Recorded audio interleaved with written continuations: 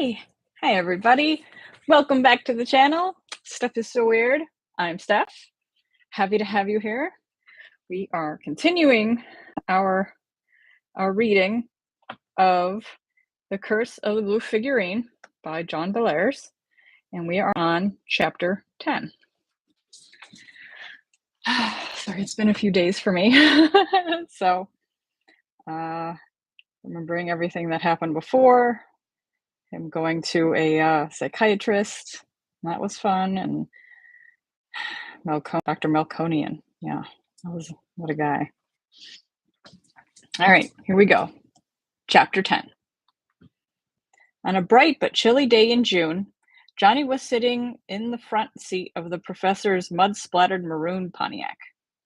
They were zooming along on US 3, which winds north into the White Mountains. Johnny felt happy. He was eating Planters peanuts out of a can, and he was gaping this way and that. They were in the mountains at last. For some time, they had driven through rather ordinary, slightly hilly country. Then in the distance, Johnny began to see rumpled blue shapes. Now they were among those shapes. Great humped masses rose above the road.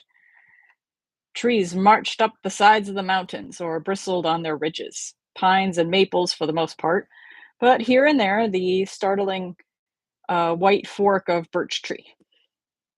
Crags and horns of stone topped some of the mountains or jutted from their sides. Here and there the masses of trees would part, and dizzlingly high on the side of a mountain, Johnny would see a slanted green pasture and wonder if animals or people could even get to such a place. Johnny was entranced. Growing up on Long Island, he had never seen mountains, except in pictures and in movies. Now here he was. The professor darted a quick glance at his companion. "Well, are you enjoying yourself?" he asked. Johnny nodded. He was sublimely happy. The sense of foreboding that had hung over him for days had finally passed away. He had had 3 more sessions with Dr. Melkonian, and finally, after a lot of thought, he had become convinced, well, more or less convinced, that Mr. Beard was a product of his imagination. Insufficient bereavement was the phrase Dr. Melkonian had used when he was explaining Johnny's problem. It was a pretty high-fluent term, but what it meant in plain English was that Johnny had not cried enough over the death of his mother. This, together with other changes that had taken place in his life, had caused Johnny to see and hear things that weren't there. All these horrors and hallucinations were behind him now. The magic ring that was in his, the magic ring was in his desk drawer. The blue figurine was over at the professor's house, and right now the only question in Johnny's mind was, when do we eat? He asked it aloud. "Hey, Professor, when are we going to eat?" The professor smiled secretively. "When we get there. And if you want to know where there is, I won't tell you. So shut up and look at the scenery and munch your peanuts." Johnny sighed. They had been driving since 8 in the morning, and now it was 1:30. Even with the peanuts, his stomach was rumbling, but he knew the professor well enough to know that pestering wouldn't help. He would just have to wait. They drove on through Franconia Notch, a gap in the mountains, and into a little village of Franconia. Then they came to the Gale River, a cheerful, sparkly little stream that ran noisily over a bed of smooth white stones. They crossed a green iron bridge that had flower boxes hanging on it, and they crawled up and down some steep hills. At last they came to a place high up in the mountains where a sprawly white farmhouse stood. Next to it was a building that looked like a large shed. It was covered with shaggy bark, and tacked to the front of the building were crooked letters that spelled Polly's Pancake Parlor. Johnny and the professor went in, and they gorged themselves. They ordered the all-you-can-eat waffle special, which meant that the waitress kept bringing you buckwheat or cornmeal waffles until you couldn't stuff in one more single delicious syrup-soaked crumb.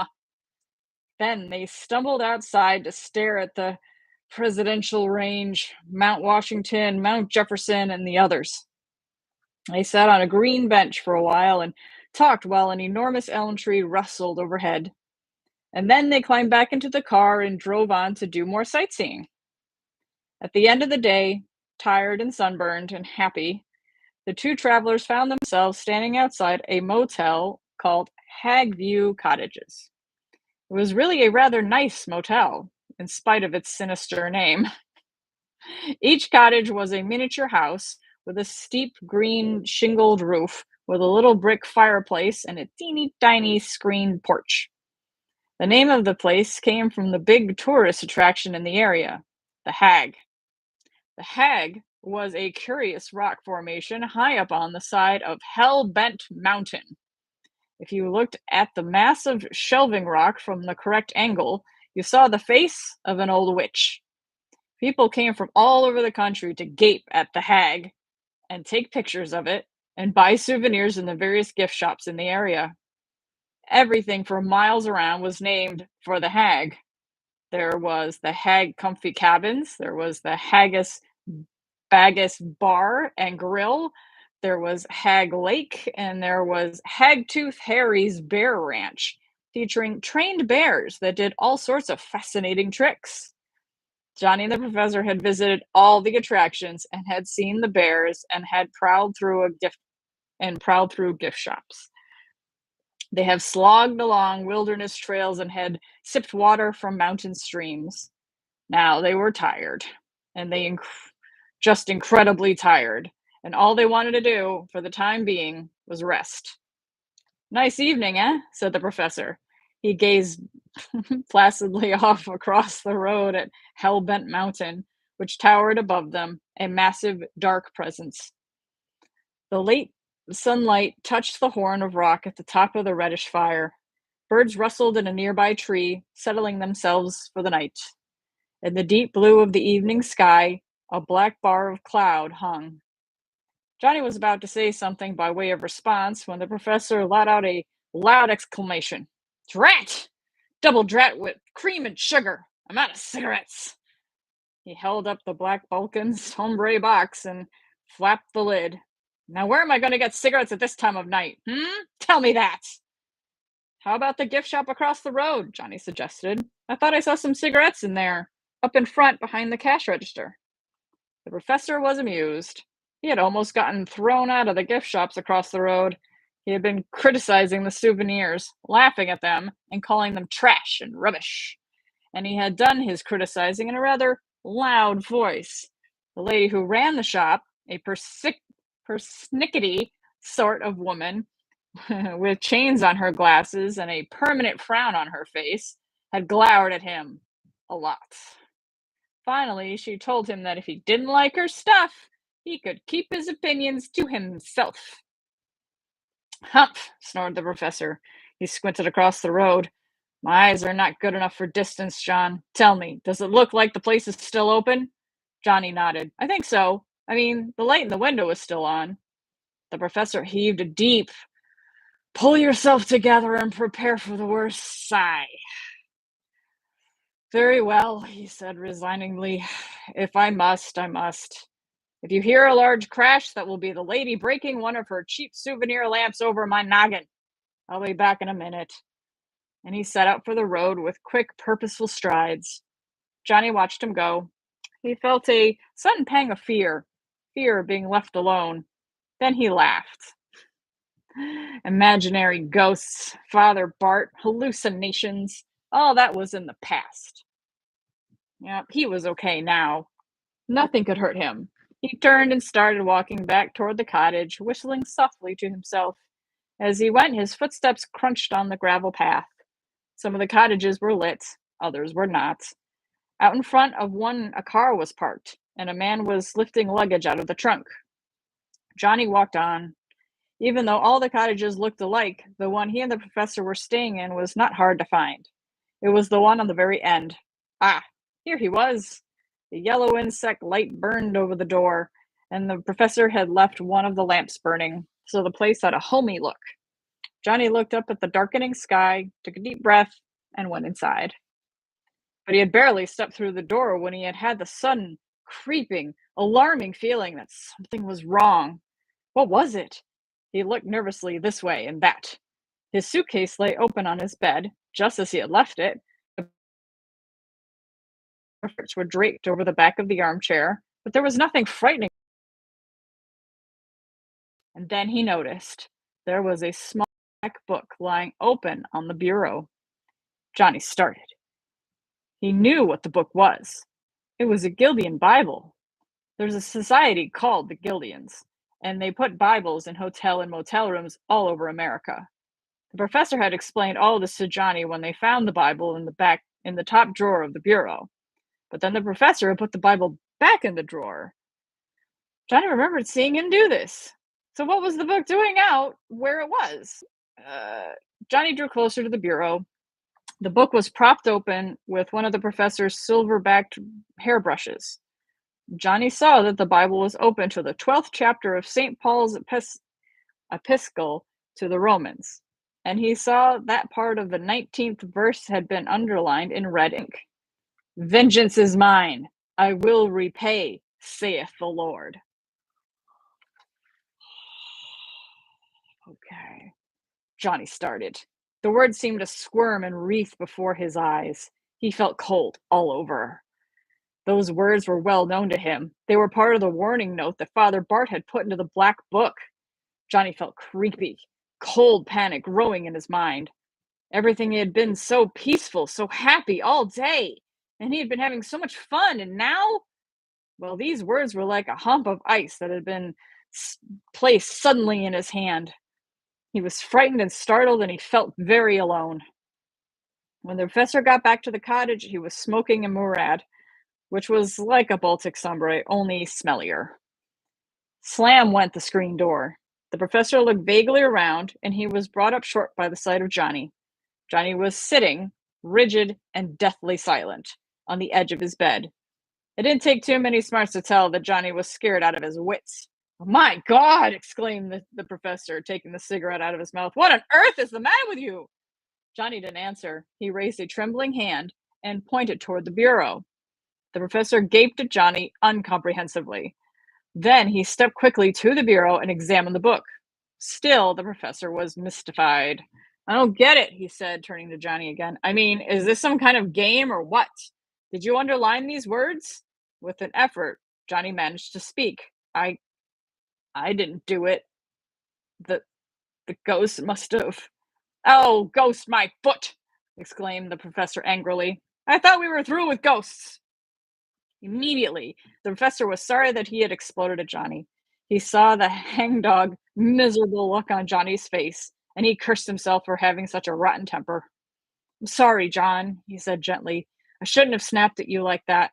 I can see that you're upset, very upset. But all I see here are some words underlined in red. Now, there's certainly threatening words," but the professor's voice trailed away. Suddenly he had remembered. "Oh, I see. And you think, no, it's just not true. These words here about vengeance, they're really rather famous words. And people always underline passages in Bibles, especially Gillian Bibles. They're kind of, well, they're common property, like the soap and the towels in the bathroom. This is nothing to get upset about. Really, it isn't." Again, Johnny tried to speak. He was so upset that it was hard for him, but he managed it. "But, Professor, the, the book was propped open there when I came in. It wasn't like that before." The professor frowned. He bit his lip and thought, well then, if what you say is true, this is a serious matter. But it doesn't have anything to do with spooks and specters. No, there's some fruitcake on the loose. Some nut who runs into motel rooms and leaves threatening notes. Don't you see? That's what's happened." Johnny tried hard to convince himself that the professor's explanation was the right one. While he was struggling with his thoughts, the professor went over to the door and peered out into the night. I should have locked this door when we went out, he muttered. But I didn't think that but I didn't think that there'd be anything to worry about way up here. Well, I'll lock the door tonight and put the chain on too. Will that make you feel better? Johnny nodded. He was calmer now. The panic he had felt before was draining away. Are, are you sure it's just some nutty guy? He said at last. The professor chuckled. No, I'm not sure. It might be some nutty woman. For whoever it is, it's a flesh and blood kook and not a ghostly one. Get Father Bart out of your mind, please. And let's settle down to a game of chess before we hit the sack. How about it, eh? Johnny smiled and nodded. The professor went to his suitcase and got out his peg chess set. He set the game up on a little low table and moved the lamp on the bureau over so that they could see to play. Johnny got on a stool to sit on, and the professor perched on the edge of his bed. The professor lit another Murad, and Johnny ate some of the maple-flavored chocolate creams that he had bought earlier in the day. They started moving pieces, and the game got underway. The first game went to the professor. He used the Nimzo Indian defense, which Johnny had not yet learned to overcome. But Johnny came roaring back on the second game, and halfway through, he was up by 2 pawns, a bishop, and a knight. Then fatigue set in. It had been a long, tiring day. Now Johnny was feeling the effects. His eyelids kept closing, and his head began to sag forward. The professor was sleepy too. He started to yawn, and he yawned, and he yawned. Finally, he burst out laughing. Johnny blinked. What's so funny? He asked sluggishly. Us, said the professor, grinning. We're both so socked that we can hardly stay awake. Yet we keep hacking away at each other in this game as if we were Nimzovsky and Al-Kahini. Let's call it a day, eh? I'll put the set up on the bureau and we can finish the slaughter tomorrow. What do you say, Johnny thought this was a great idea. He went into the bathroom, brushed his teeth, and got in his pajamas. The sheets felt icy cold on his feet when he climbed into bed, but they soon felt warmer. He stretched his weary legs out, and the feeling of relaxation was delicious. Johnny sighed happily. The little window over his head was open, and through it he could hear the pines hissing in the wind. Across the room, he could see a tiny red dot of fire as the professor smoked his last cigarette of the day. Soon he too would be in bed, asleep. Johnny felt himself sinking down, down, down into warm, furry darkness. His eyes closed, and he was asleep. Night lay over the little cluster of green-roofed cottages. Now dark clouds came rushing in to cover the stars, and it rained. Wet drops pattered on the slanted roofs and on the gravel path. It rained for half an hour, a heavy pelting downpour. Then the clouds, driven by a strong wind, blew on past over the ragged top of Hell-Bent Mountain, and the stars shone down once more. Inside the cabin, Johnny and the professor slept on. The chain lock and the sliding steel bolt held the door fast. But what's this? A tiny tinkling sound, and the chain fell from its groove. Now the bolt moved slowly, silently back, and the door of the cabin opened. A dark, hunched figure stepped inside. Its body was a mass of shadows, but its face was lit by a pale, trembling light. The face was that of an old man with a heavy, overhanging forehead, a junted chin, a hawkish nose, and a deep-set, burning eyes. Long sheaves of whitish hair hung down from the balding dome of his head, and the smile on the man's curled lips was evil and unearthly. The shape paused just inside the door. It turned this way and that, as if doubtful about what to do next. Then it raised a shadowy hand, and suddenly, on Johnny's pillow, there appeared a yellow dot of light. It was the ring made from the bent nail. It had been locked up, safe and sound, in Johnny's bureau. But it was here now. Johnny slept on, but his hand crawled up onto the pillow, inching slowly forward till the third finger of his left hand was thrust through the hollow circle of the ring. And now Johnny sat up.